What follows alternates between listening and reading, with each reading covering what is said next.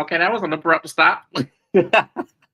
What's up, everybody? Happy Wednesday, and welcome to a new episode of Transcending the Culture. I am one half of the dynamic duo. It's your boy James. I am here with my road dog, with my homie, with my cuz, with my fam, Cat Queen. What's good, Cat Queen? Okay. You back in word form. Okay. What's good? Everything's good. I'm good, cuz it's That's good what's in the up. hood, you know. That's what's up. Listen, I was gonna say I missed you, and we've been pretty consistent. We've been having bomb guests every week now. Everything is hmm going really good. Tonight is, I think, even more amazing. I hmm think really for the both of us, just because of obviously the field that we're in, the things that we're doing. I was just talking right before you popped on. I was talking with our guest just in terms of the things that I'm learning, um, and obviously being able to be in this industry, in this business, doing something that I have known really my whole life that I wanted to do, hmm and to be able to do it, and then to be able to bring people on like our guest tonight, like it really symbolizes, what we represent, what we want to do here with Transcending the Culture, what we're doing with the podcast network as a whole, and hmm I think it's really really dope. So I was really really excited for tonight, and hmm I've been clamoring about this really for about 3 weeks because I've known for 3 weeks that he was hmm coming. So it's really really dope for me. How you feeling about tonight's episode? I feel good. We've, been speaking this guy up the last few episodes. We've had some Yeah, guests that have been speaking highly of him. We've had some yeah, comments. We got around in the comments and things. So I think everybody is kind of, waiting and clamoring, and yeah, so I know I got some questions I want to pick for his sure, brain about and things. So I'm for just sure. excited. Today is just a good day. It's spring, new beginnings and all those good things. Happy shout out to all the mothers. Happy belated Mother's Day. Absolutely. How's your mom? She's good. She's good. Listen, y'all, Mama Cat. Let me tell you about Mama Cat. Mama Cat been packing to get away from me. Okay, Right, I she's know. ready to That's why I asked. That's why. she ready to ski daddle on ease on down the road. Right, she She kicked. ready to get Right, on. So, she figured it out. Nah, that's what's up. yeah, everything's good and on my side. Life usually be lifing, but life is kind of chilling a little bit, maybe. Good things on the horizon. And just like you said, I've just had a lot of opportunities. I did the Make 'em Laugh Mondays at the grog shop. Yeah. So I've had some opportunities from that, and just feeling blessed to be walking in my path, and what I want to Absolutely, do and what I'm absolutely, led to do. So I just feel really, really good today. absolutely. You have been Just doing, really good. yeah, you've been doing amazing. You're hosting now. You're doing Mhm, comedy now, and then of course, with us doing the show and all the other things that you have going on, fashion.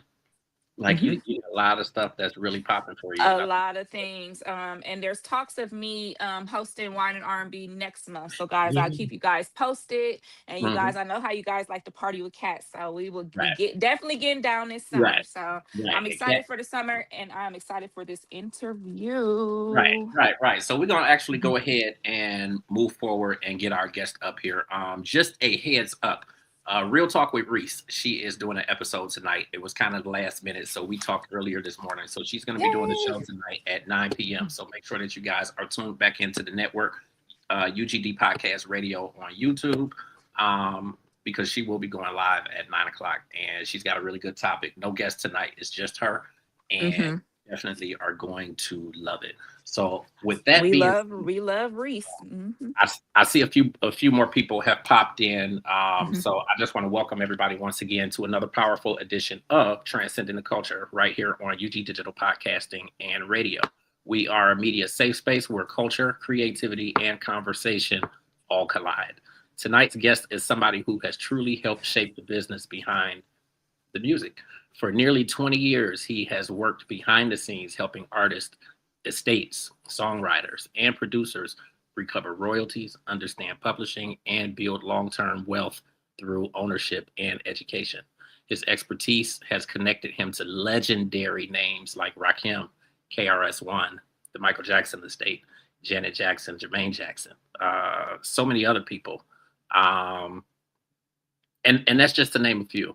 He also he has also secured television, film, and commercial placements with brands and networks, including for GMVH1, TV1, CBS, and ABC.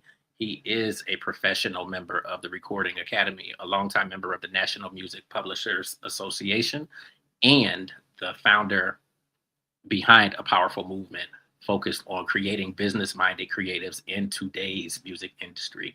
He manages many of my favorite artists. So that in itself is another reason why I'm really excited to have him here on, Hmm. because it's a certain somebody or some certain somebodies that I am like dead. Hmm. And I ain't I even gonna know front you. that. I You know already your know. things. Yeah. So now that that had me, I would say, overly excited. You remember we had Kima Marie here on the platform, and Yes. I was Hmm. like floored. Hmm. Just I was just like floored. Obviously with the track, her kind of taking the reins behind that A Marie hit. Like I It's thought it so was I cool. thought it was She was genius. so cool. I thought Hmm. it was genius. Her personality was good. Like you could tell she wanted to be here. And Hmm. to me, that really speaks to our guest tonight, because you do not see a lot of labels and companies where the artists, really move that way. And it's kind of Hmm. like everybody that we have gotten from this camp kind of move, like the personalities are good. You could tell that they love what they're doing, Hmm. like they really are following their passion. It almost feels like that artist development phase, like back in the day, Hmm. that we don't really see anymore. So Hmm. he's doing something special, with his company, and we are gonna try to find out what he's doing over there, because I know he's got something cooking that clearly don't nobody else know about, because out there, no other artists out here are really getting it. But all that being said, his message is simple, but is very impactful. Everybody is doing music, but they're not doing business. So please Hmm. help us welcome the incredibly talented Courtney Benjamin to Transcending the Culture. What's going on? What's happening? What's happening, everybody? Listen, man, Hello. I gotta tell you once again, and I know I brought you up earlier before we went live, but just thank you. Like this is major for me, and I don't say it Hmm. just to be saying it. Like when I tell you I've been doing this, and I feel like I've been doing it for free for 25 years, and I'm just like I'm like I'm good. I keep a ton of jobs. I drive for Amazon. I do this. I do that. I'm like, as long as I can do this and be able to connect with people and all that kind of stuff, like I'm good. So I appreciate you, because it teaches me a whole lot. Just being able to look at your history and the things that you have done and the people who you are handling now. Like I think it's amazing. So that's my piece. Kat, I'll Oh let you man. Like I said, we've been hearing so many good things about you, especially with our guests that have been on the last few weeks. You guys, we got Ron in the building, Ron What's up, Ron? Lefford. What's know. up? That's like our favorite guy. He's so cool. Yeah, Right, If you right, ain't connected with Ryan, what are you doing? Who are you? Um, exactly. right.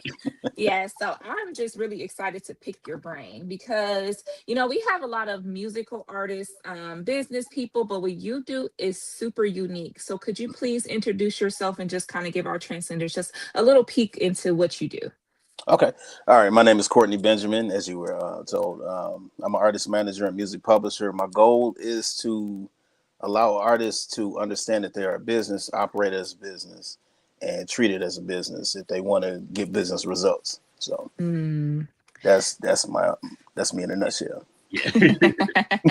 So, artists can be a little, they're into the art, they're into Yeah. what they're doing, and sometimes they don't really recognize the business aspect or the brands, and then the brand that they are, and so you run into these problems that we see, and we've seen them from back in the day with TLC.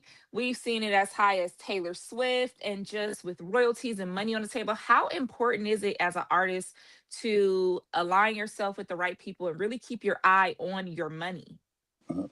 It's very important. The key is to listen. A lot of artists, they don't want to listen to the guidance that's set in front of them. They want a manager, and then they bring a manager on, and then everything that we say, they rebuttal against it, or sometimes they'll Mm, listen to outside whispers and stuff like that. So mm, they end up pushing the management out the way, and some of them get a little entitled.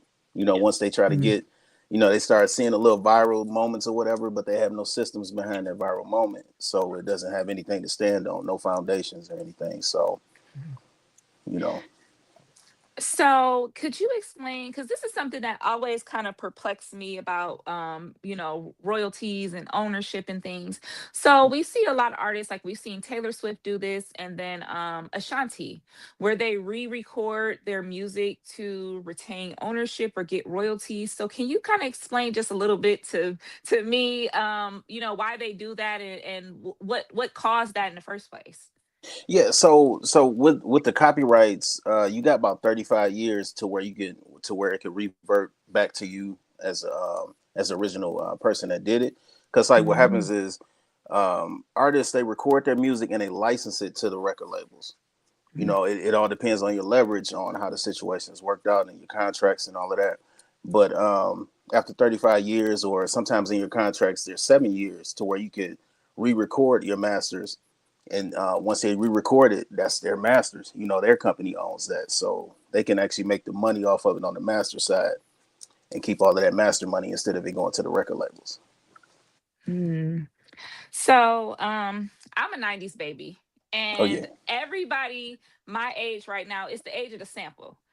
for Everything sure. is a sample, everything is a remake. And it's so funny because I have a lot of older sisters. So a lot of times I'll catch it, or I'll be like, I'll listen, I'll say, oh, this is such and such, or this is this. Mhm. How do you feel about people feel like it's an overuse of samples, or people are just everything is a remake, everything is being redone, nothing is original? How do you feel as someone who is in it with the licensing and that, and there is money to be made in someone sampling and redoing your music? How do you feel about that? Man, I love it. I love it because what it does is it pours back into our forefathers, or the original artists behind, because some of them are struggling. So Hmm. like for a sample to come across their desk and they get to clear it, if they want to, they have the option to say no. But just to pour back into that community of those artists back in the day, that that their samples are being used. So there is an opportunity for them to make money. It's an opportunity for the new artists to bring their flavor or their flair on the new version of the song, and get their royalties and get another fan base, coming into it. So I'm all for sampling. Hmm. So, It's just the people that don't ask. Right. When they Right. just Right. go Right. and do it mm, without us, that's when we end up going to court. Right. Right. so bringing that up, how does it work when that happens? Because like one of the biggest examples I can think of is the Puffy with the every step I take, and he got Oh that from yeah, Sting, and he yeah, did not ask for that. They yeah. say Sting basically got everything and still is making money off of that. So how does that work when you sample it, it becomes a big hit and you didn't ask? Yeah, it becomes worse for the person that didn't ask. Just like how Sting Mm. did. Sting was like, "Oh, okay, so you didn't want to ask me. So now we going this. If you want to keep that song Right. going, and you don't want me to take it off all the platforms, and you don't want me to sue you, here's the terms. Either you Right. agree to it, or I'm gonna sue you. So he agreed to the terms, and Sting gets a lot of money off that song. So he pretty much owns the majority of that song. So that's the things about asking is you may get a lower price, you may get an opportunity to get less percentage on the publishing. Sometimes they take 60% publishing when you sample a song or whatever, and then on top of whatever their fee is going to be. But yeah, you get a little bit more leeway, and you get to negotiate a little more than just stealing it. Because when you steal it, we gonna go all out. It's like, hey, because shoot, man, because I remember even the first time we had asked Jermaine Jackson for a sample, he wanted like $20,000 for 30 for like 3 seconds of the song, and I'm like, dang, man, we just couldn't afford it, so we did the proper steps, and and he ended up coming down a little bit on the price or whatever, but we still couldn't afford it at the time, so. Right. But the thing was, he appreciated and respected that we asked. That reminds me of when Michael was like, I love all my brothers, including Jermaine. Like, so I think that's what he was getting at. Yeah. Jermaine could be a little, and so Michael was known for, if he really liked your song, he would agree to good terms. Like, Yeah. there was, like, especially with the SWV using the human nature, he was reportedly really loved that sample, and really really bonded with those girls over that, of him, really respecting and them using it in a real way. Can you give us a little bit of insight of, some of the other work you did for the Jackson family, especially with the music, the music and the movies going viral and, reinvigorated? So, give us a little something. I haven't seen the movie yet, so I'll not need a Okay. little insight into your Jackson experience. Got you. So it all started with his nephew TJ from 3T. Mhm. Mm. He had reached out to me about sync placements and stuff like that. So me and him got cool, and I was able to help him understand the sync world a little more. And then I just started thinking, I'm like, dang, I wonder if Michael or any of the other Jacksons are missing any royalties or anything. So I reached out to Branca, and it took me I ain't gonna lie, it took me a minute. It took me a minute to get to Branca, and he finally called me back, and I expressed I was like, hey, there's some unclaimed royalties for the Jackson estate, and he was like, no, I don't know, we're pretty on top of it, you know what I'm saying? So, Yeah. but he ended up finding out it was a lot of money that was left over, and they had to, because like the thing is when the artist has deceased, has died or whatever, you need to have the estate plan. You need to have the death certificate and all of the other little paperwork or whatever in order to retrieve those royalties. So, he had everything together. He went after it, got it. And he was like, oh man, thank you, appreciate it. You know what I'm saying? Wow. So that's how that relationship was built there. Oh wow, that's just so interesting. All the kids are going crazy over the Jacksons right now, especially with the Yeah. movie. My nephews dug out the Wii, and they had the Michael Jackson Oh yeah. Experience game, and like they over here Billie Jean, Yeah. so it's really really nice that the kids can kind of whenever something becomes popular again, it's like they digging in the old archives and Right. bringing stuff back. We've seen older artists, especially from TikTok, they have been going gold, platinum, just off of a TikTok sound and samples being used. And so it's really, giving them more money. And I'm real big into these recipes. These kids, y'all can't lose these recipes. We trying to teach y'all something. So it's just really interesting to see, how that comes about. Now, I did want to ask this one question that's been kind of burning in my brain ever since I heard about this case. So the Blurred Lines case with Yeah. Robin Thicke and Pharrell, and them using the likeness or the sound of Marvin Gaye. And it was not a so-called sample, but they used, I guess, his sound and aura and all of these things, and his estate ended up winning. So what can you kind of explain a little bit about that case? Because I kind of was perplexed about that. Yeah, it's a sticky situation to where again, it's the permission thing. It was kind of like they just kind of did it, and then everybody, normally they go directly after the producer, but they went after everybody. His sister doesn't play. I'm gonna let you know that right now, because like even with the stage play, you know, they had a lot of tape that they had to deal with, you know, to make sure they got clearance for that to do the stage play as well on him. But yeah, when it comes down to that, it's just getting the clearance and getting the permission and making sure that you pay whatever they want. You know, so like I said, it's either you go to them and they're gonna they're gonna negotiate something nice with you, or if you do it without their permission, they're gonna come hard. Cause like So I even do the same thing. Like when somebody do a sample, it's like, hey, I'm coming for them. I'm coming for them coins. You're gonna For hit them where it hurt. Yeah. yeah.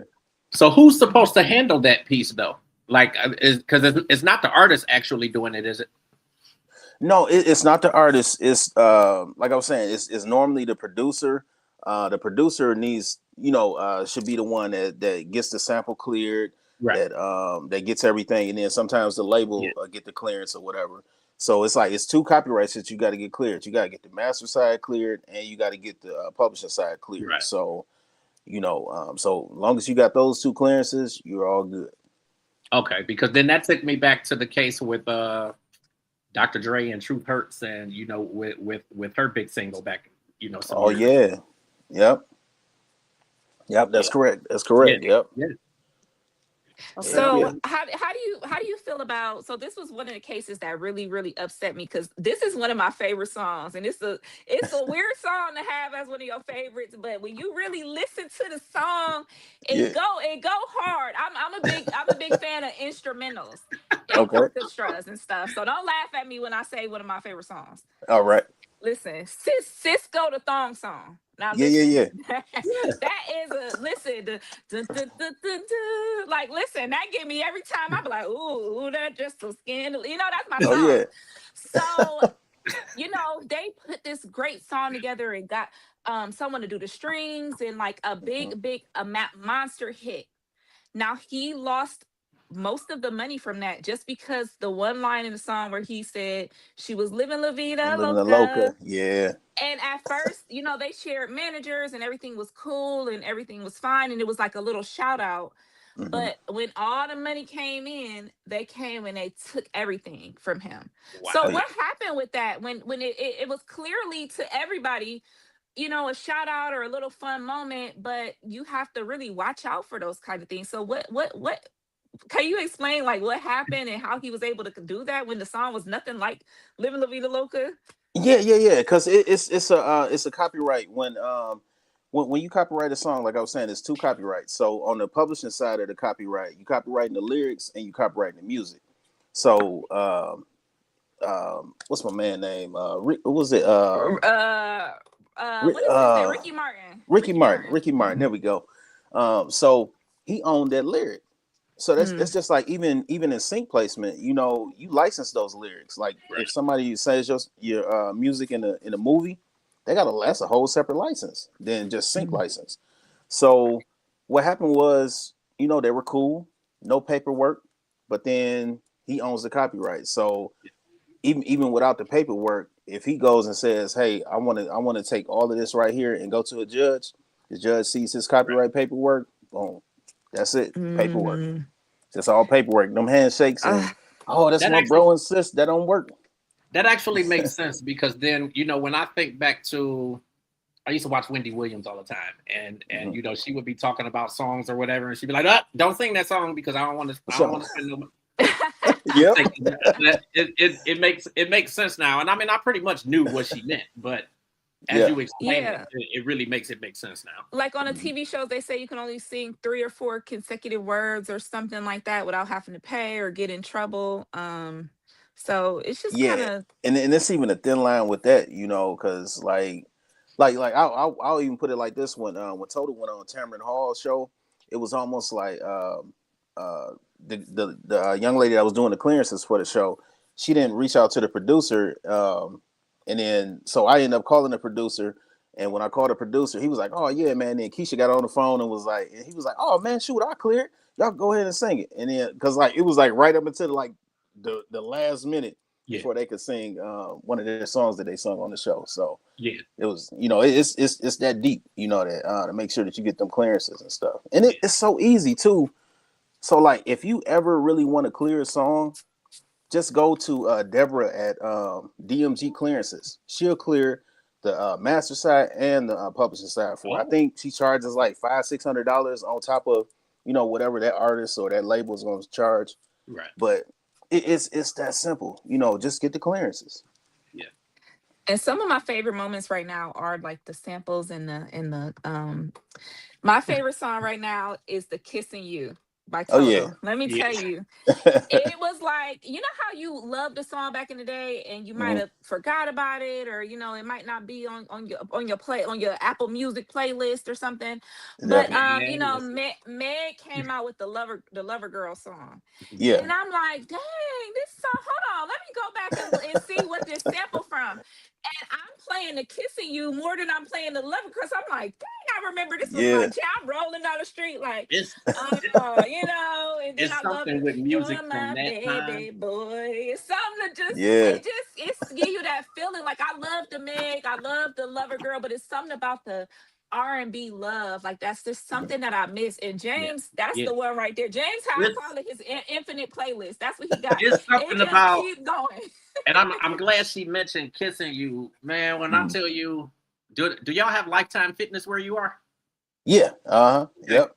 So I'm sitting outside Lifetime Fitness, and my playlist in my car is all 90s. Like, it's Oh all yeah. 90s and maybe like up to 2005, and then I'm like, I can't do nothing after that. For So sure. I'm playing Total, and it gets to the part where it's that, yeah, yeah, yeah, and I'm like belting in the car, like tearing it up. I'm like, shit, I could do background for them. And somebody is sitting in their car, and I'm not paying attention. That when I turn around, they looking at me like, I'm If I like, was next yeah, to you, I'd forget be you. backing you up. Yeah, yeah, Yeah, man. yeah. Okay. But it's like when they were on Tamron Hall, the one thing that I said, they sound good as you know what. Like, Yeah, man. I don't know. I don't know, man. And we saw them when they were here in Cleveland with what is it, SWV, and because Oh yeah, the they were, Queens R&B tour. Yeah. yeah. Mhm. And when I don't know what it is. Like, people would say things all these years, and it's like, to hear the two of them now, it's Mhm. like, I don't know if they've been vocal training or what they've been doing. They sound good, like good, Yeah. good. Yeah. And I, as I really look at it now, and I see all the interviews they doing, and then they're, singing in different spots and whatnot. I'm like, Courtney is doing something with he doing something with them. I don't know what it is. Like, what is it? I mean, essentially that you're doing, like, with your artists, and when you bring people in, and Mhm. I think it's something even bigger for Total, because they had already built a name for themselves, and then they were kind Yeah. of away for so long, and yourself that Mhm. when artists from that time period, try to Mhm. make comebacks and whatnot, it's Mhm. difficult. Like, to me, Yeah. they have been like the blueprint of coming back and reviving your career, and really doing something and making some noise and showing people that, hey, they really want to be here. Yeah, yeah, definitely, man. And I'll say what the strongest point that they have, their work ethic is crazy. I see it. And they went from they came from under Diddy, and Yeah. it was straight Yeah. artist development, all Uh-huh. artist development, and that's all they'll even tell you, like they just go in hard on rehearsals, like even like sometimes with the vocal coaching and stuff like that. Mike from 112, he'll jump in and Yeah. help out, with the vocal coaching and all of that stuff too. So it's like, man, it's just really dope. And then you got Abraham and Greg, man, they did a real good job of like bringing that whole Total experience, the Yeah. Total evolution, the new Total. You know what I'm saying? So Yeah. it's like, man, it's I'm it's, glad you it's, it's mentioned. just been a blessing. Yeah, I'm glad you mentioned 112 too, because I had done a little article maybe a few months ago, and I really was just saying in the article that 112 and Total have, like, been that blueprint of For sure. coming back. And I mean, and given the lineup changes, and the issues that were there, and neither of them tried to skip over it or slide past it or anything. Like when I tell you 112, they fooled the shit out of me. We went to see them in Columbus 2 years ago. They were with October London and Bill Escape. and Escape. Oh wow. Great And show. 4 guys on the stage. When I tell you, I didn't even realize that 2 of the guys was just the dancers. I'm like, that's crazy. she was like, dang, only 2 of them are singing. That's not. I'm like, and then as I looked, I'm like, damn, you're right. Because I used to have a crush on Q Parker, so I'm looking for Q. I'm looking for my tall, dark, and handsome, and I'm like, man, she had them throwing roses at her in the audience because we were in the front row. What's up? Oh man, I was just happy to be there. Yeah. I do think that you have done amazing. Obviously with Total, but just with everybody that you have, and you having Vita, you having Siobhan, like all the people that you have, like I see it. Like I don't know what it is. The artist development. What is that like? The artist development that's not when they're first started out, like extended, like in different places of their career. Like how do you navigate that? So it's I always tell them to embrace where they're at right now. Don't try to get ahead of everybody, because it's just like in business. We always want that $1 million business or whatever, but we haven't even managed $100 yet. So we don't even know what that's like to have $1 million and be responsible for that, and to be responsible for employees and all the stuff that comes with a structure. So like I'll say, like with my business, it took me 5 years to get $1 profit in my business. So I know that feeling. Bruh, man, it was rough. I know that feeling, because when I tell you, I've been as long as I've been doing this media shit, and when I tell you that, well, when I first started doing it, crazy enough, I was just doing it for the fun of it. So my first interview in 2003 was Kelly Price. And I was just doing it for the fun of it. Like I would network and get with all these people, and before I knew it, I was interviewing everybody.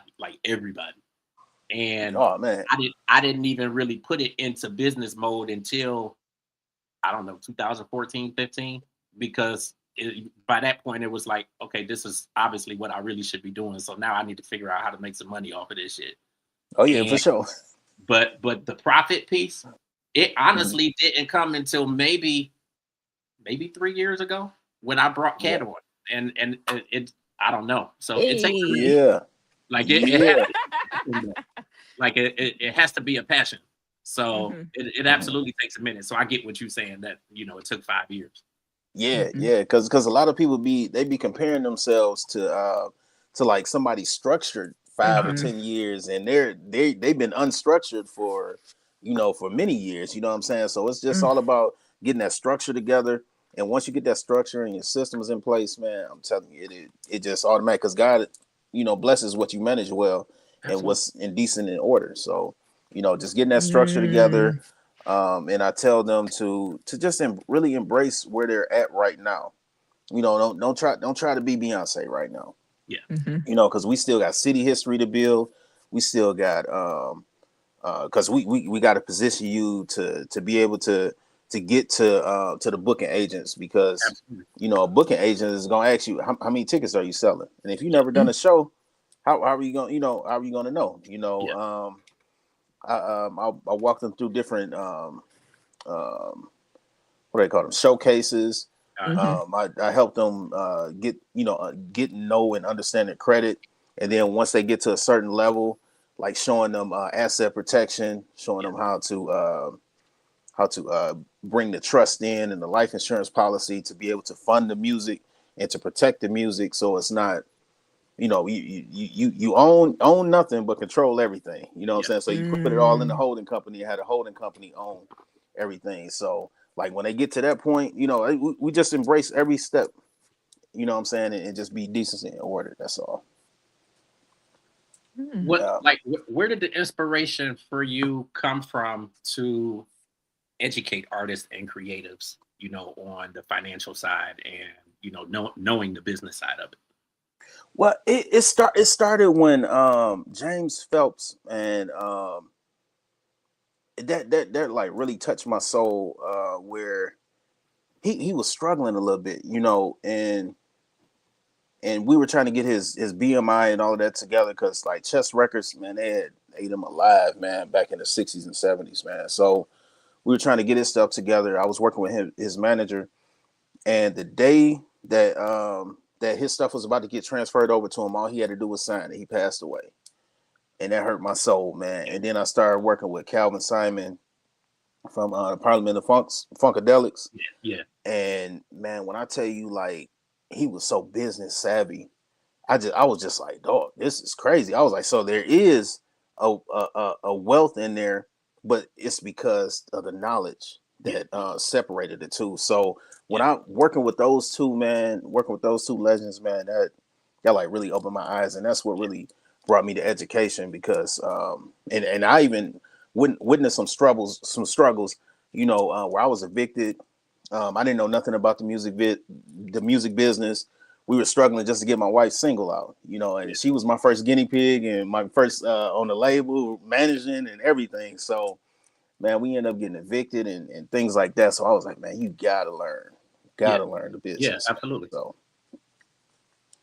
yeah, No, so I get it, and it's like, you know, like you said, that wealth is definitely there. Like I was just oh watching yeah, Missy Elliott on Angie Martinez, you know, within the past week or so, hmm and you know they were talking just about how she has been, you know, okay financially, even though she hasn't, you know, put out an album in 14 years. Like, you know, how she yeah, was able to just kind of sit back and just do nothing and, you know, live mhm, off of her money and still be okay and still have all of her cars and houses and all of that kind of stuff.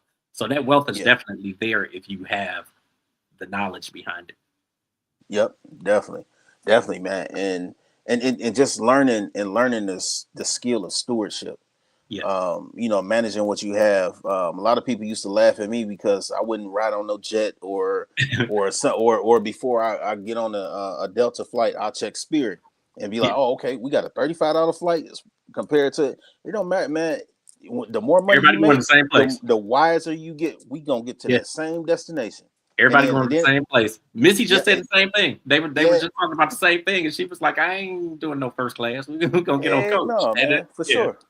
For sure, man. And then if I have a layover, I just go to use my priority pass or right, go into like one of the business lounges, man, and chill until my thing. I yeah, get to eat, I get to drink for free, and yeah, you know what I'm saying. So I'm chilling. I'm good. I get to work too. So yeah. I like where we are in the industry, where you know people are obviously learning more of the business side, and then you have more people who are independent now. So hmm I think when you're independent, you kind of can't help but to really learn about all of these things when you yeah. kind of have to do it all yourself. Like if there was one thing that you could change permanently about the industry and where things are, what would that be? If I could change one thing, I would say for everybody to treat everybody the way they wanted to be treated business Absolutely. wise. Because they say that the labels are doing this and doing that, but then Yeah. they get independent and then they start trying to sign all these young artists that don't know nothing and then do the same thing to them. Or they even do the same thing to themselves. They don't even pay themselves the correct way when Yeah. they own their own record label. So Mhm. I would say that would be my main thing right there. It's so funny because I just saw a video of the artist Finesse Two Times, hmm and he put his contract, his record contract, into Chat GPT and hmm find out that he was in the 360 deal. Yeah. And he's, you know, he's in it, and he was asking for people's help on advice on how to get out of it. How important it is it for artists to really know what they're signing in these contracts that they're getting into? They need to take a step back, take a breather, and and actually, because like this is the thing, a lot of artists they rush, so that's what gets them into those contracts, because Ah, they allow the label to put pressure on them. Oh yeah. man, we got to get this done in next week, Mm. or we not doing nothing, Yeah. you Yeah. know. Mhm. So you'd be like, oh, okay, well, I'm gonna talk to my attorney. Once my attorney approves it or whatever, boom. So it's a difference between coming in there depending, and then it's a difference between coming in there leverage. So if you come in there leverage to where you know, okay, this is what I'm bringing to the table, you know, but if you depending on them, you're gonna fall for every trick and try Right. to hurry up and Mm, sign everything, and then you're gonna be 1 to 2 years, shoot, sometimes not even 2 years. You know what I'm Yeah. saying? It's gonna be mm-hmm. a situation to where it's like, man, I should have I should have slowed down a little bit. You know, just slow down a little bit, take a breather. You know, Mm-hmm. let your people look over it. You know, that $500 or whatever that lawyer is gonna charge to read that contract is worth more Right. than Mm-hmm. losing millions down the road. Like, what is So the what? Oh, I'm sorry. Go ahead, Kat. Oh no, go ahead. I was just gonna say, what is the conversations, or what are the conversations that the artist should be having before they sign that contract? Mm-hmm. I'll talk to my attorney. That's Mm, the main contract, or me and my manager and my attorney will get back with you. Gotcha. Yeah, and then because like yeah. you can't be scared to say no. You know, Right. you can't, you just can't. You Yeah. know, every opportunity is not for you. And if it's meant to be, it'll be. Facts. Yeah. Yep. You know, and especially they're, giving you lavish gifts, they're, taking you to parties and stuff, and it's like Oh you yeah. just want to get in a lifestyle, but you're not really doing your due diligence. And that's when we see these people, Right. it was like on the TLC movie where they got those RAV4s, and then it ended Mm-hmm. up coming out of their own money. It was in their contract. They didn't even know. Oh Yeah. yeah. So like they didn't even read their own contract and know what was going on, and they got played in the end. And Yeah. some artists are able to come back, and some really aren't from those type of things. Some of them get tied up in litigation for years Yep. behind that type of And I'm stuff. I'm glad you brought that up too, because that's why this is another reason you have to have a lawyer watch the other lawyer, because and you don't want the lawyer that's attached to the record label. Mm-hmm. Yeah. So they gonna make sure that Hmm. everything is benefit, because they gonna get paid. They gonna get Right. some of that advance money, and then just knowing that advance money may be the last money you see. Wow. You know what I'm Hmm. saying? So like you get $100,000, well, you better know how to flip that 100,000. Hmm. Yeah. We always see artists, the most lucrative artists have other businesses. They use their platform and their brand as a stepping stone. Like we see with Yeah. Rihanna. Rihanna has made billion-dollar businesses, and now she don't even want to make music no more. Oh It's yeah. like Right. almost like like small potatoes to her. So Yep. like how important is it to know that your brand and know what you're doing outside of music? Mhm. So it comes down to the quote that I always say: everybody's doing music, but they're not doing business. So if Right. you learn business, you will have a foundation to where it's like, okay, all right, I see what I'm doing with this right here. I'm gonna take this publishing catalog and I'm gonna take this money and I'm gonna invest it in something that's gonna yield me more money, or I'm gonna take this advance money and then yield it into some. Because like I look at songs as all my real estate properties. Yeah. So I can rent it out as many times as I want to, unless it's a like an exclusive deal to where they say, okay, you can't do this, competing with another trade, another person in the same field. But but yeah, once you learn business, you could take business anywhere you want to, you know, Mhm. and you learn financial literacy, and I'm telling you, you could flip more money, because like it's and they're showing you right in your face. Yeah. Jay-Z's doing it, Yeah. Yeah. Ti's doing it, Jeezy's doing it. Man, when I tell you Jeezy is so business savvy, Yeah. it's crazy. To see where Hmm. he is now, and I connected with him when they were what was the name of the group that he came from? Um Um, that's bad. I feel like I'm getting Alzheimer's, man. I've interviewed so many people over the years that I'm man, what group was he but with? I interviewed the group that he came from though. Hmm. Um and to have seen them then, and Hmm. then to see where he is now and how business savvy he is, and when he was doing the podcast, and I was just like, wow, like this dude has really done it. Oh Like yeah. he's really really done it. It's good to be able to see people make that transition and Hmm. actually become business minded, and show you that they really are paying attention and knowing what they're doing. Yeah, and the key thing to see from them is a lot of people confuse multiple streams of income with multiple businesses. Yeah. You get that first business that's generating income, And once that first business is generating enough income, that's when you diversify. But if you starting to do, you just start business hopping and doing, open up 5 different businesses. How are you gonna focus on one thing that's gonna generate some income? Because you always over here, and then this one gonna make $100. This will make $100. Whereas if you focus on this one, it'll make $1 million. You know, but you know they confuse the multiple streams of income. Yeah, absolutely. I did want to ask you this. So many, like you guys were saying, a lot of people go into tech. Especially it can be like a second act for a lot of musicians. Like you see, like Chameleonaire is one person that said that the music wasn't working out no more, so he jumped into tech. And we see like what's the one dude from Pretty Ricky Spectacular, and he got into finance and things like that. So and we've seen them take their royalties and stuff that they're earning from in the 2000s and transforming it into millions of dollars. Like so like how are they able to do, how important is it to sow these seeds so they can make more? You know, how important is to have something maybe artistic that may not be bringing in exactly what you want, but to make it grow?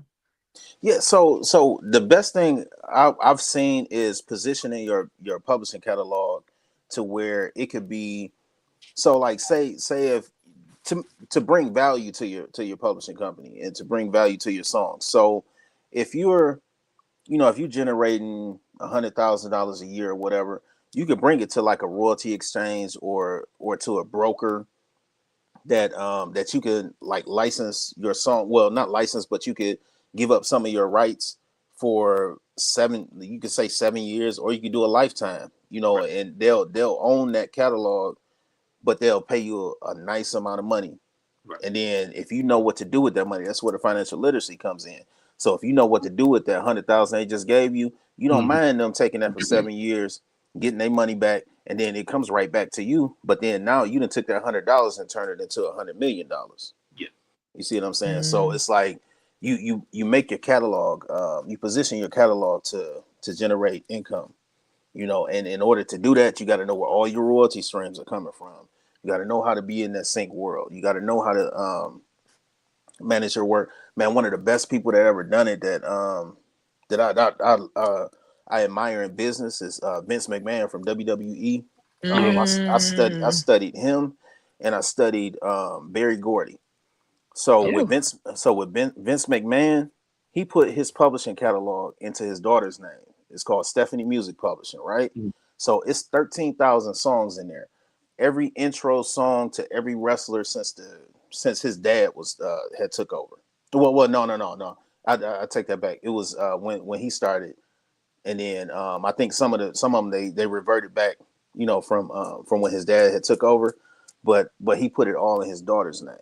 So now there's that generational wealth of building the value of that catalog, and then like every time it plays, every time a wrestler comes out on TV, that license they're getting, that's a placement that they're getting royalties from. Yeah.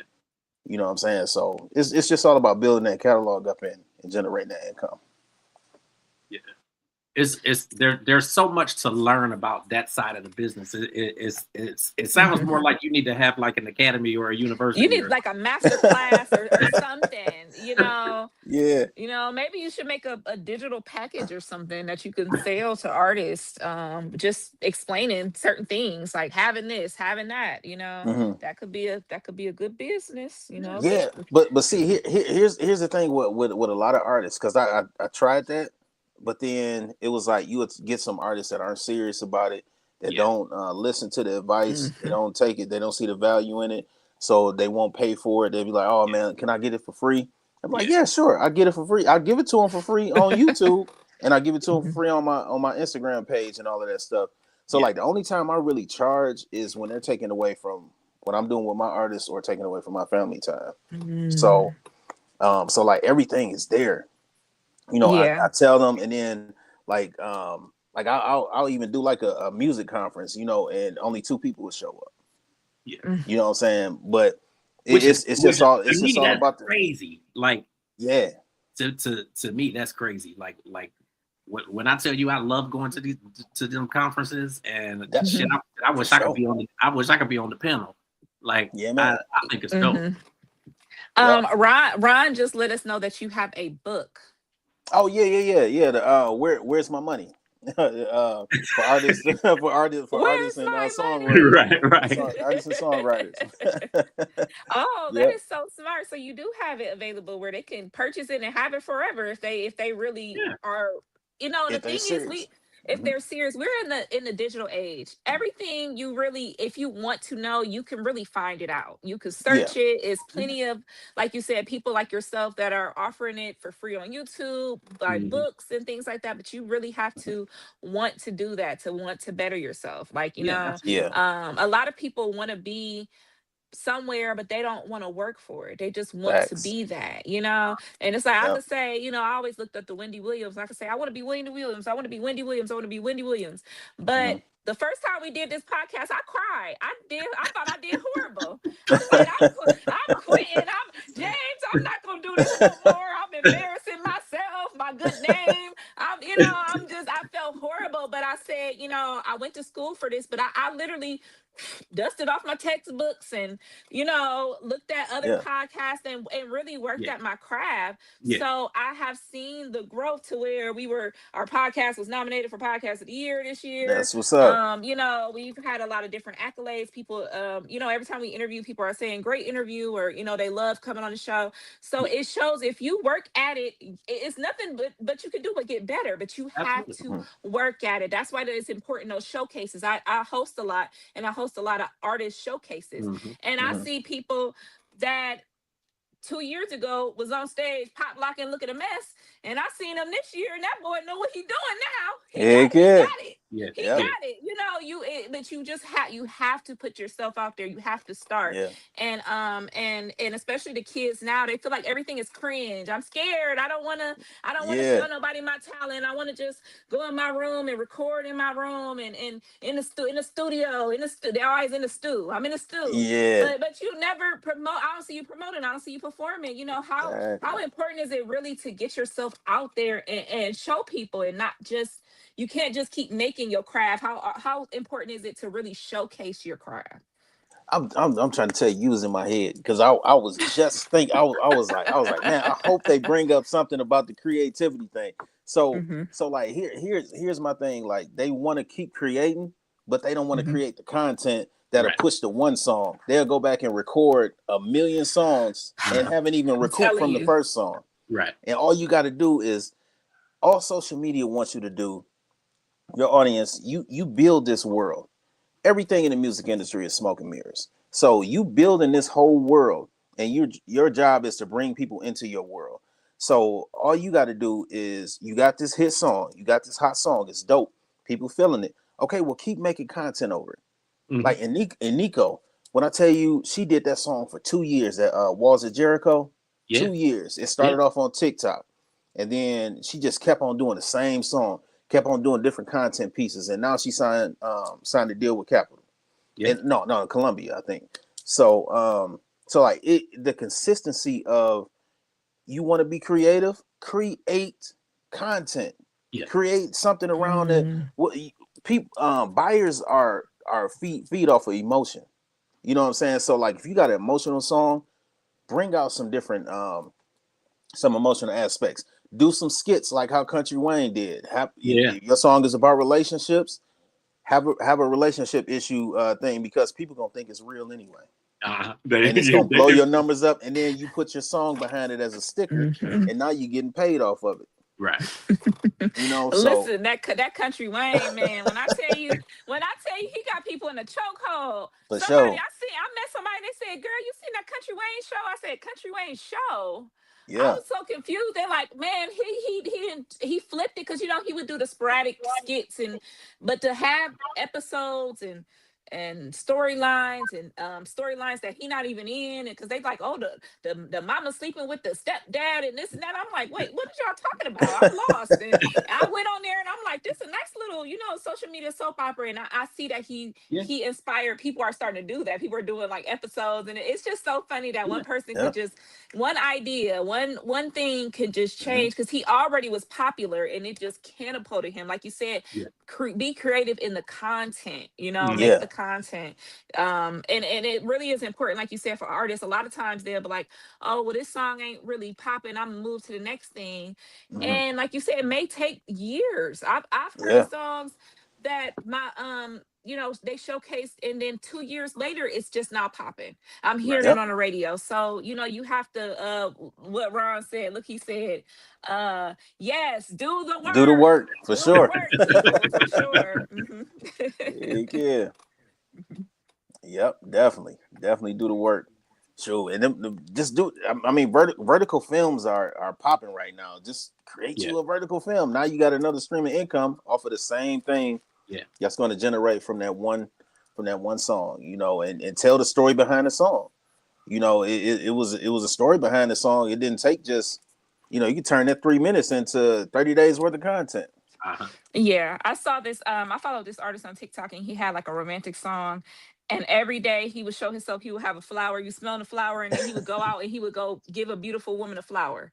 And the song was Dang. about giving somebody roses, but everybody kind of like, I didn't even know the song, but every day I was looking forward to him, going up to somebody. Ooh, it would be Yeah. a older lady, a young girl, a beautiful, no, all ethnicities, and it just became his thing, to where his song was trending, and then people started doing the whole, oh, we about to do the rose challenge. We about to, you Yep. never know what could come from those viral moments. So Mhm. Yep. definitely, I'm over here. I hope I'm over here. Yeah, and then speaking of the viral moments, have a system behind the viral moments. Like so you got all these skits going out, have a mini chat or something like that behind it, and then have like a system IO that's Mm, capturing all of the leads. So now you getting all of your leads from social media to your personal lead generating. They're just lead generation tools. So like I don't know if y'all have ever commented or anything on any of my posts, but like it'll take you through a whole journey, and then it'll take you to whatever you need to do. If you're an artist, if you're a producer, or if you both, it'll take you through a customer journey, and that's what you got to take mm, your people through, and then you get their name, phone number, email address. So now, and then you get their city and state too. So now, when you're going to all of these different states and stuff, you can say, Mhm. hey, look, I'm gonna send a newsletter out to all of my people that's in Philadelphia. Hey, we got a show coming up mm. there at City Winery. So now you bringing them into your world. And Mm. you got to get your See, people off of those social are media. and those are the tips that hopefully the people who are watching, like, they're They picking listen, up y'all. on that you're putting I out hope there, y'all because got y'all. Hope y'all got y'all notebook like me, that's because the he's that's the dropping. stuff He's Yeah. that dropping people need to be gems. He's picking up on. dropping gems. Hmm. Yeah, that's Yeah. absolutely the stuff that people need to be picking up on. Heck Um, yeah. And you then know, Kat, as I'm sorry, go ahead. I know you did. Okay, all right, Kat. So like even with you as a comedian, I would record what you're doing, and then take that audio from that video clip and put it up on like iTunes or something like that. And then now when you go and pitch to like maybe a Kevin Hart's LOL or something like that, now you're getting royalties from Sound Exchange. So make sure as a comedian that you sign up with Sound Exchange, Yeah, and Sound Exchange will pay you royalties off of your master side of your copyright. So yeah, you own the master side of all of that, and then you copyright it, and you'll be all set. Shoot, just make them. Shoot, that's all Mojo is doing. right. That's why you see all of those. That's why you That's see all what's of up. those clips and stuff. So Hmm. just generating money after money. That's what's up. Shit, I wish I was creative, or I, Mm. Sitting here. or I guess in that sense, I'm like, I guess in that sense. But now that's dope. Those are the things that people really do need to pick up on. So I Hmm. appreciate the fact that you're here, and that you're Hmm. giving out that wisdom and those gems to the people who are watching. I For got one sure. more question about, I guess, about the publishing side. Like, Hmm. when Diddy sold or gave everybody their masters back, or gave Hmm. everybody their publishing back, Publishing back. Hmm. was that helpful to them, or how could that be helpful to them now, like, 30 plus years later? Yeah. See, all of it is helpful, but here's the thing: if you don't know what to do with it, Because the thing that separates you from the music publishers and the record labels is they know what to do with the masters. The Absolutely. publishers know what to do with the publishing. So if you don't have anybody guiding you on how to generate more money to for it, you may get a person that's saying like, oh man, he gave us our publishing back, but I ain't making a dime off of it. I ain't making no money like how I was back in the day. But Right. you got to work the songs. Like I was Right. saying, they're my digital real estate. Right. They're just like my real estate properties. If I'm not working my catalog every day, I got 3,000 songs. They got to Yeah. generate something every day. Okay. So yeah, that's the only difference. Just Yeah. knowing what to do with it. Yeah. Absolutely. Transcenders. The word of the day is money. Church. Keep your Period. eyes Period. on your money. Okay. Yeah. Yeah. Period. So, like, what does the remainder of the year look like for Benjamin Entertainment Group for everything it is that you have going on? Okay, so we got Beth on Get to Know Me tour, so we'll be popping up at a city near you. You know, We You know how love many times Beth. Beth has been on our We platform? love yeah, Beth over here. Okay. When I tell you I love Beth, like I think that I think she's amazing. So many people that Ron has sent me, I'm just like these people are amazing. Amazing. yeah. Man, appreciate that. Appreciate y'all.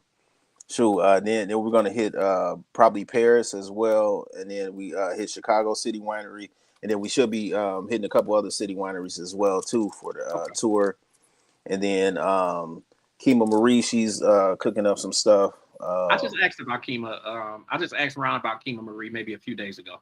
Yeah, yep. So, She work. Yeah, she working behind the scenes, getting herself together, yeah, man, and you know what I'm saying, coming out stronger and harder, man. yeah.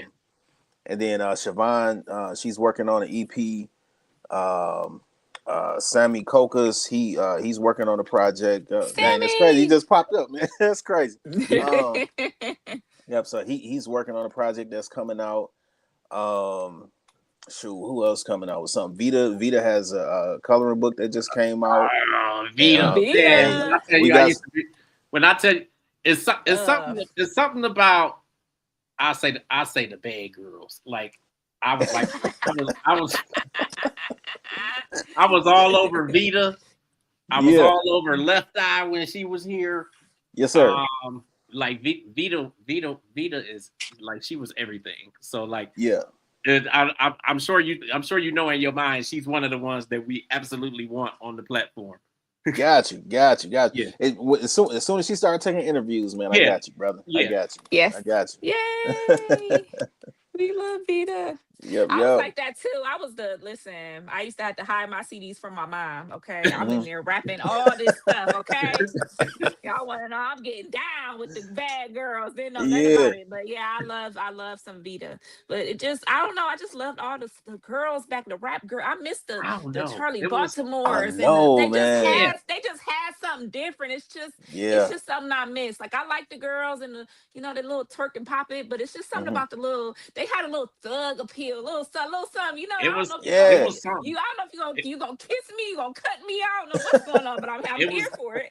For sure. It was between, like you said, it was between Charlie Baltimore, Vita, and the one that was with Dipset. I forgot her name, but I was all over her too. What was that with Dipset? And she did that What You Drinking On? Dipset.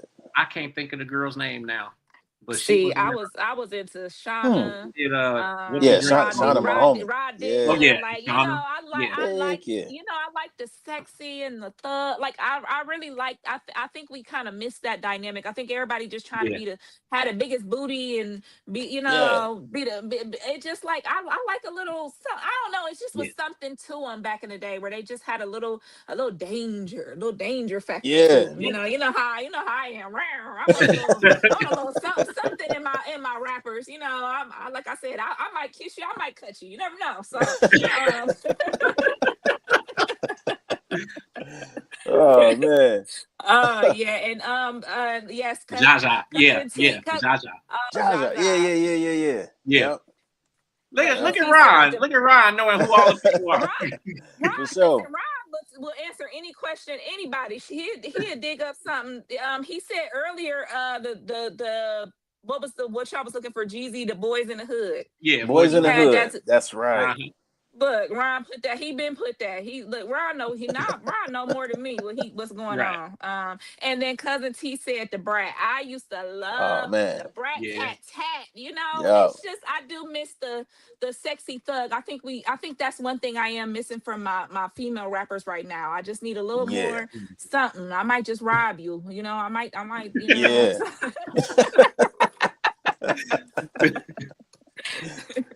Yeah, man. Yep. Nah, Shoot, Vita coming out with some new music too, man. Like it's listen, fine, man. man. Ooh. It's fine.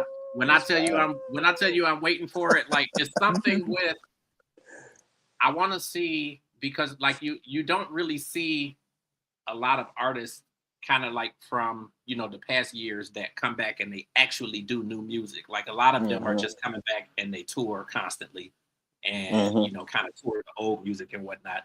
But I want to see some of these some of these artists and some of these acts actually do new music. Like I would love to see new music from Total now Mm-hmm. and new music from well I know 112 has been putting out music over the past couple years, but Yeah. Yeah. but still though, I think that's dope. Like I'm definitely looking forward to that. Yep. Yep. Shoot. With Total, Kima got a new song that she just recorded Okay, the other day, man. It's fire, bro. that's this. I just love looking at the two of them. They just look like they are as we're talking now, like really business minded and They looking are. at different things. And when Kima Marie came on, they were commenting from, I guess it's the Dyson Grill or the Dyson Bar or whatever. And I'm like, okay, so they got this Yeah. going. They got these different business. Like I think that's dope. Oh yeah. To be able to see them actually tapping into different markets now and doing other things outside of the music and making everything that they have really work for them. Like I Yeah. think it's really cool. And again, they're like that blueprint of artists who come back and not only do it again, but they do it better the next time. So Oh I yeah. think it's good to to see where they are.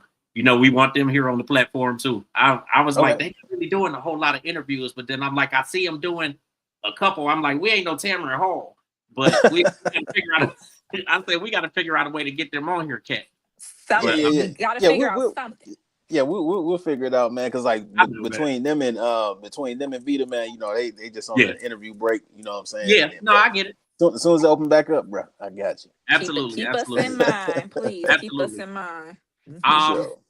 what is the one thing that you want people to know, from this conversation or from the conversations that you're having in interviews? Mhm. The main thing is if you're an artist, just if you're working with a manager, value that manager. Because the thing is like they will listen to all of these outside noises, man, and half of these people that's whispering in their ears has never been in the business, Yeah. never even built a multi-million-dollar business before, and don't know nothing about the music industry. All they know is about what they see and they think. Your Mhm. manager should be doing this. Your manager should be doing that. Or I could get you this, but then they never get no shows. They Yeah. never Mm. bring anything to the table. They may do something maybe once in a lifetime, but just understand the voice that God has blessed you with, you know, Absolutely, and be a good steward over your finances. absolutely. What's next for you? What's next for Courtney Benjamin? For me, I'm just trying to stay sane, man. You know, yeah, man. I don't know how you're gonna do that, Yeah, but what's next for me is I'm working with Sammy and getting ready to work with Scrappy and a couple other artists as well too, man. So just getting their publishing together, making sure everything good, man, and just building a knowledge base around the people that will listen. You know what I'm saying? Because I'm still considered the underdog, and I embrace being the underdog. I which love is being looked over.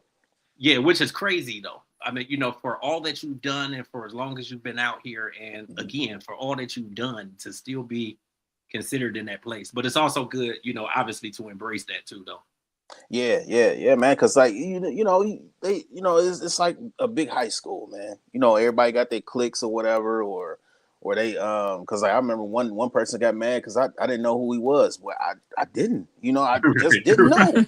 Right. You know what I'm saying? Because like I promise you, I stay focused on my business Yeah, that's it. and make sure that my clients are good. Yeah. You know what I'm saying? Because like I want to make sure that they family eat. I got a staff that I gotta make sure is good. Right. They got staff and members and stuff that they got to make sure is good too. So I can't be distracted by like and like I'm from the Midwest. I'm from Chicago. Okay. And then I grew up in Pontiac, Michigan. So my listening ear was Midwest music. I didn't really know who Jay-Z was for a long time. You know Yeah. what I'm saying? Because like I was so stuck on Twisted, Crucial Conflict, Yeah. Psychodrama, Yeah. Shauna, Yeah. all of that. That's who I was listening to, the Brat. Yeah. So And that and, and I, that's we're in you know Cleveland, so I mean we were listening to all of the same stuff, all of the yeah, same yeah, people. and Bone, And you know what I'm saying? Bone, my favorite yeah, group, man. I love them cats, man. yeah, So like that's all I was doing. That Michael Jackson and wrestling. And the crazy thing is I started getting got connected with the WWE and then got connected with Michael Jackson. It's like everything went full circle, man. Bone Thugs and Harmony was the first concert I ever went to, and I worked with them. yeah, So it's like, man, it's like everything just went full circle, man. yeah. No, I think that's dope, man. Any kind of final words or anything, or Trust God, trust the process, and answer to God, man, and let that be your authority, and then follow the leadership that God has placed in your life. absolutely, Because like that's what really structured me. Is like God is my boss, and then He got Darius Daniels, as a leadership, and he's real big on business and stuff like that. So like I'm always in his, what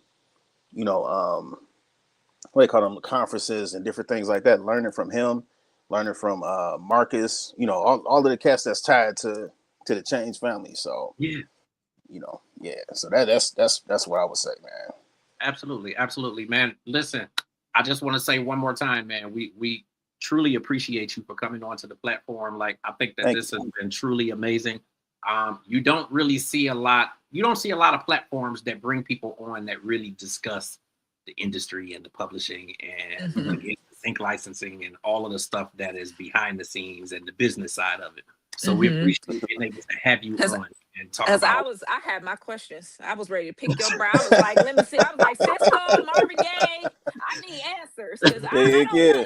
I don't know. And he's like, like as an average fan, I'm like, dang, why they do my man Cisco like that? Or why, I was listening Yeah, to Ashanti, and James was showing me all these different renditions she did for, she had re-recorded her album. And I'm like, why did she do this? Or, as yeah, the average person. So it was so nice to really get real answers from somebody that really knows the business. And I even got my little, I got me some stuff to work on. I got my own homework. So, Yeah, I really, definitely. really, I really appreciate your expertise. And this is absolutely. and I want to thank you for what you're doing for the community. Because like you said, you have everything is right there at the fingertips for the next generation. So all they got to do is reach forward. You're doing your Yep. part. So that is truly important. So thank you.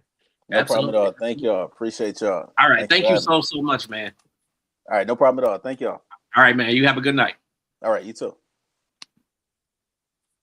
Kat, I love you. Beautiful interview. I think it was amazing. I'm always excited, for these conversations and for these Thank interviews. you, Ron. I think it was super dope. Ron Ledford, King Ron. Thank you so much. Thank you for working that out for us. We greatly appreciate you for all that you do for us. I think this was really, really dope. This was good. I'm telling you, I had questions. Okay, I needed to know what was Listen, going I was on. like, look, I'm sitting here. I'm like, I had to get you like you begin me sometimes. I'm sorry. It's cool though. I gotta listen. what they say. I gotta put me first, James. I gotta put It's me cool. first, okay? But I always try to. I try to, ladies first. I try to let you go first because I'm like, I want her to get her questions in. But then it's like, as y'all was talking about stuff, and he'll say something, and then it'll spark another question. So then I'm like, but it was cool though. Listen, I think it was dope. I'm excited to be able to bring powerful people on like him who can Mhm. really, really talk about this industry. And I love this industry. It's I crazy. love as a whole. It's just so interesting, all the intricate parts that go into it, and then the people Yeah, that like even like him and ourselves. We may not be the artists or the musicians, but we love this and we love to cultivate this yeah, culture. We're part of this culture, so yeah, that's why I really appreciate the different guests that we have on that can share their expertise. This is expertise right here. Like this is something you can't. absolutely. I couldn't pay for this free tips he just gave me. Absolutely. So it's really important for us as a community to share these things and work and trade information and things. That's how we all can win. So thank you so much. I had a No, great time at yeah, this interview. yeah, I think this was super dope.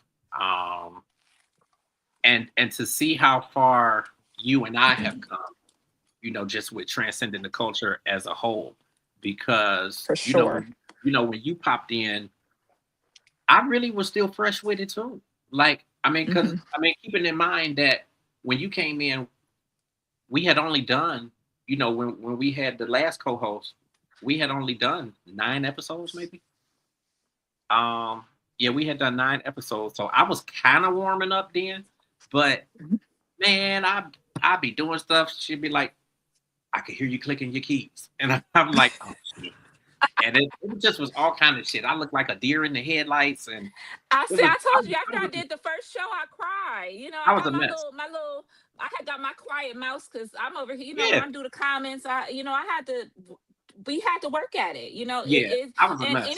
like we said before, anything worth having, especially in this industry, you just have to keep going. You have to keep Keep trying. working at it. Look at Ron. He said, I James and saw Kat, it. I appreciate you both so much. Make sure you both friend Courtney on Facebook. Will do, because I need to Absolutely. stay in contact because I might be picking at Um, his brain a little more in the future. So yeah, definitely love connecting with these different people in the industry. Thank you so much, yeah. Ron. You always send Like us the best guests. it was truly amazing, and like he sent us some of the most amazing people. We had Sammy Kokas, we had Hmm. Siobhan, Love them. we've had Hmm. Beth on several times now. So like Love Beth. I Love think that Beth. is really really really cool. We are getting so many good people from him, and it really it. I mean the reality is it makes us look really good too.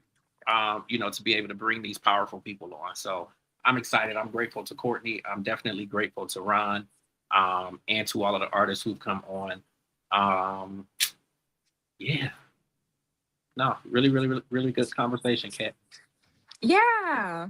So what? So Um, what's happening out here in this? in the streets, in the In streets. Yeah, let's in do these a little. streets, I got a little bit of round for y'all. Just a in these little bit of streets. cat, little bit of cat got your tongue. So the biggest thing that happened within the last few weeks was the Met Gala. Everybody was going crazy over the fashions, over the guest list, who was looking Yeah, good, who was looking a mess. yeah. It was a lot going on. So we had a lot of winners, a lot of people on there. Thank you, Ty. Beyonce was in rare form. Thank you. Um, she looked amazing. Actually, she closed out the red carpet, and like they said when she came, anybody that was on the carpet, y'all gotta go. Y'all got to go. And then anybody they said when she walked off the carpet, they shut the lights off. Yeah, They shut the carpet lights off. They I heard said, that too. I forget who the couple was, but they said they went on the steps and the light said "Truth." Uh, and so it was just funny to know, Queen Bee is still always the queen. She's always going Yeah. to shut it down and look beautiful. And we also had What was happening with Blue? What was happening with Blue Ivy and her sunglasses? so Blue Ivy, she reminded me that was the ultimate teenage moment. Like that was me as a teenager. Like she did not want to take them glasses off. And it's so funny because she had multiple people telling her, they told her glasses. They didn't. They going like this. It even Yeah. took Jay-Z to come tell her take off the glasses. The girl still didn't take off the glasses. She don't want Right. to take them off. She is her mama's child. So it's just so funny to see her, and especially like Northwest, they really coming into their own. And these are kids that grew up under extreme scrutiny. And Yeah. instead of shying away from it, they're really becoming, tastemakers in their own fields. Northwest performed at what was it that what was just the concert that they just had? I heard something about it. I don't know if it's Coachella or one of those South by Southwest, one of the big concerts she had just performed at and released some new music and things. So it just it's really nice to see, you know, the younger generation. We also had the Rihanna make an appearance. Yeah. And they looked really nice, but there was some discourse between her and her man, and maybe That's what, yeah, some trouble in paradise. that's what So they said. you know, he was seen, they said that he was being, and this is just, don't quote me, this is allegedly, y'all. He was seen being very flirtatious that night. You know, he had on his paisley pink, you know, he had his pink, very You very said Paisley Peak. his you know, his very delicate pastels on. Okay, so But he was just like in everybody's face, like he was just skinning and grinning and just, yeah. you know. And then like she was giving interviews and he would be in the back talking to women, kissing on them. And then she was doing an interview and he stepped in front of her and she was looking like, who is you? And they said that a lot of lip readers the whole night, she was saying, I'm ready to go. Like they said, she kept saying, I'm ready Oh to go wow. home, I'm ready to go. You know, they have the whole brood of children, but this was one of the first times where they seemed like they kind of was not, you know, Yeah, in not on the sync with same each page. other, not on the Yeah, same page. So yeah. and then we had the Kardashians coming through with some looks that were a little underwhelming. A lot of people said that they just aren't, you know, it is that the Kardashians aren't hitting like they used to. You know, they just kind of did their little wet hair. You know, everybody was doing like this chest plate thing, like this like metal type of, that was like everybody had these chest plates on. I don't know what that was, but the theme was like art and fashion, and we saw some beautiful thing. There were some beautiful pieces. um Bad Bunny was dressed like a old man, Yeah, and it's I funny saw that. because he used to date one of the Kardashians, and he was shaking hands with Chris and Kim, and they was just like, hi, you know, they didn't even know that, like, y'all so dingy, y'all don't even know that's him. So it was a lot of funny moments. So you guys can check out a lot of the looks and things. I really love the Met Gala. I love fashion. I really miss some of the antics of, you know, prime Lady Gaga, where she would, you know, there was a time where she took 12 minutes to undress her into her different outfit and, you know, be really dramatic and stuff. I like that. You know how dramatic I am. I like all Right. that stuff. So it was interesting to see that. Yeah. So the Met Gala had everybody talking, but this week there's another gathering that has everybody talking. And I have not watched it yet. I've only seen clips, but the Kevin Hart roast. Yeah. Did you I see had any of it? So I've seen clips, but Okay. I'm not gonna lie. It's weird for me, I guess, as a comedian myself. Um, I don't like the sanctioned roast. I don't like the roast that they have. I feel that they invite people that you know, they invite people that don't really have his. And I understand it's cool to poke fun, and I don't mind being, you know, a little offensive or, you know, Yeah. whatever. I don't mind that, but when you're just being, when you're inviting a blatant racist to be blatantly racist, I That don't part. get that. That part. I don't get with that. You know, I don't appreciate that. And I think they make jokes that are, they're not Yeah. even funny. Yeah. I could understand a little racism, a little sexism, a little isms for being funny, but the jokes aren't funny. They're just racist. They're just Yeah. like, it I just didn't isn't funny. really.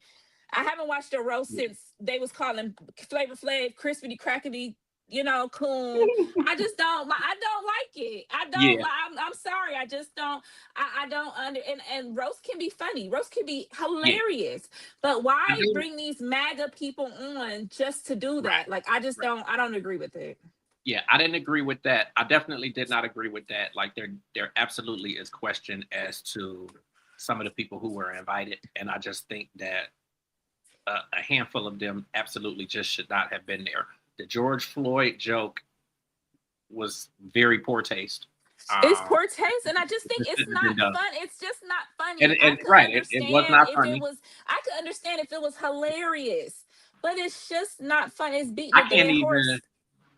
I don't even think, even if it was funny, I just think it was very poor taste to do that because of the way that he died, and I don't think that that should have come up at all.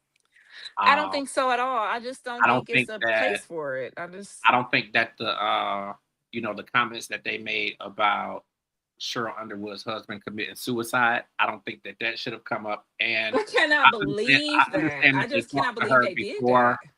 Like, I understand that they talked to her beforehand or whatever, and she was fine or whatever. But in my opinion, I don't think it was necessary. I don't think it's necessary. I think it's a way to crack on people. This is what I think, and this is I think that there are different levels of comedy, and you can get different levels. I would say in the community, especially the Black community, when we crack on each other, it's from a place of love, Yeah, and especially during a roast, it's supposed to be coming from a place of love. You roasting them, yeah, but you're honoring them. And didn't feel the love. I didn't right. feel that, and it doesn't feel celebratory. It just seems like I don't know. It just seems like a humiliation ritual. Like it just I seems agree. humiliating. I don't. I'm just. There's just certain. I guess I'm kind of a. I wouldn't say a comedy snob, but there's certain comedy I just don't appreciate. As people like we how many comedy shows do we see a year, James? Yeah, We working with comedians. We're around comedians. I watch a lot of shows. I've always appreciated comedy, but it's just certain comedy I just don't. It's not funny. I like clever. I like yeah, clever. yeah, I like unexpected. I like relatable. I just don't, and they always say in comedy, you can't punch down. You can't yeah, punch on the people lower than you. yeah, So it's not fun. It doesn't come off as funny. It doesn't come off as I don't know. It doesn't come off as loving. It doesn't come off as community. It's bullying. It's just mean. I don't really like that. You should punch up like I talk about myself. I don't really like talking about people. I roast myself more than I roast somebody. I just don't. That's just not something I never agree with that. So I saw clips, but I'm gonna probably watch it. But it just didn't really sit right with me. So I'm cool on yeah, that. Mm-mm. yeah. I was right along with you. What did you think about? Did you see any of Cat Williams' part? No, I have not seen any of it. I just saw the clip of the George Floyd, Cheryl Underwood, just small clips. Honestly, I'm gonna tell you, it was pissing me off. So I said I'll watch it when I'm ready because I just don't. I mean, like I watched the Flavor Flav roast live, like back in the day when it came live, and Yeah, I don't even know how I was young, and I said I don't like this. I yeah, don't like it. I just didn't agree with it. I didn't like it. And I've seen roast, and especially like in the 70s and 80s and 90s when they used to have B. Arthur, and they used to have some real heavy yeah, hitters yeah, roasting, and they didn't even go there. They didn't even like. I just feel like I don't know. It's just. Are you yeah, being salacious just for the point of being salacious? Are you getting out? Are you being racist just to be racist because that's what you want to yeah. do? Or are Uh, you really there doing your job? I didn't feel like they were doing their job. So it is what it is. I'm gonna watch it, y'all, but bear with me because and it just ain't my cup of tea. It ain't my cup of tea. Um, and then so this is my last story that I got for y'all. This man has been really, really important to the Black community and American community and the food community cuisine. I'm talking about Mr. Gordon Ramsay. Gordon Ramsay is in hot water, y'all. He is in hot what did he do? water. So Gordon Ramsay has a restaurant over in the UK, and he Okay. had a Black diner there with her newborn and her family in a restaurant full of people. Do y'all know one of the guests came in with her dog and pulled out a pee pee pad for her dog to pee and poop in the restaurant next to diners dining? Oh wow. And this was all recorded on social media, like pictures, videos of what happened. So the lady went viral. She had a good following on TikTok, so she went viral from the moment. Saying that this was disgusting. She talked to staff about could they make the dog go outside, or what could they do? And the staff said, well, it's nothing we can do. We can't control the dog. If he has to go, he has to go. And she's like, but does he have to go while I'm next to me eating my food? Like that's unsanitary. That's has to be unsafe. So she told them I don't feel like I should be paying for this, my dish. I'm not going to eat my food because I'm disgusted. Is there something we can do? I don't want to, she was really wanted to not pay, tip or the service cost. They made this girl pay the full amount with gratuity and everything. Wow. Yeah, Ron, the people with these dogs are just out of control. Like I love pets. I wish I could take my pet everywhere with me, but it's just not appropriate. Like these dog parents be just trying to shove these bad dogs down your throat. I just don't like it. So the lady complained and she went viral, and as it, a day or two, people were Gordon gonna tear them up. Gordon's gonna go off. I can't wait to see what Gordon's gonna do. Gordon gonna fly her out and have her, come eat and do all this special stuff. Y'all. Gordon took the side of the pooch.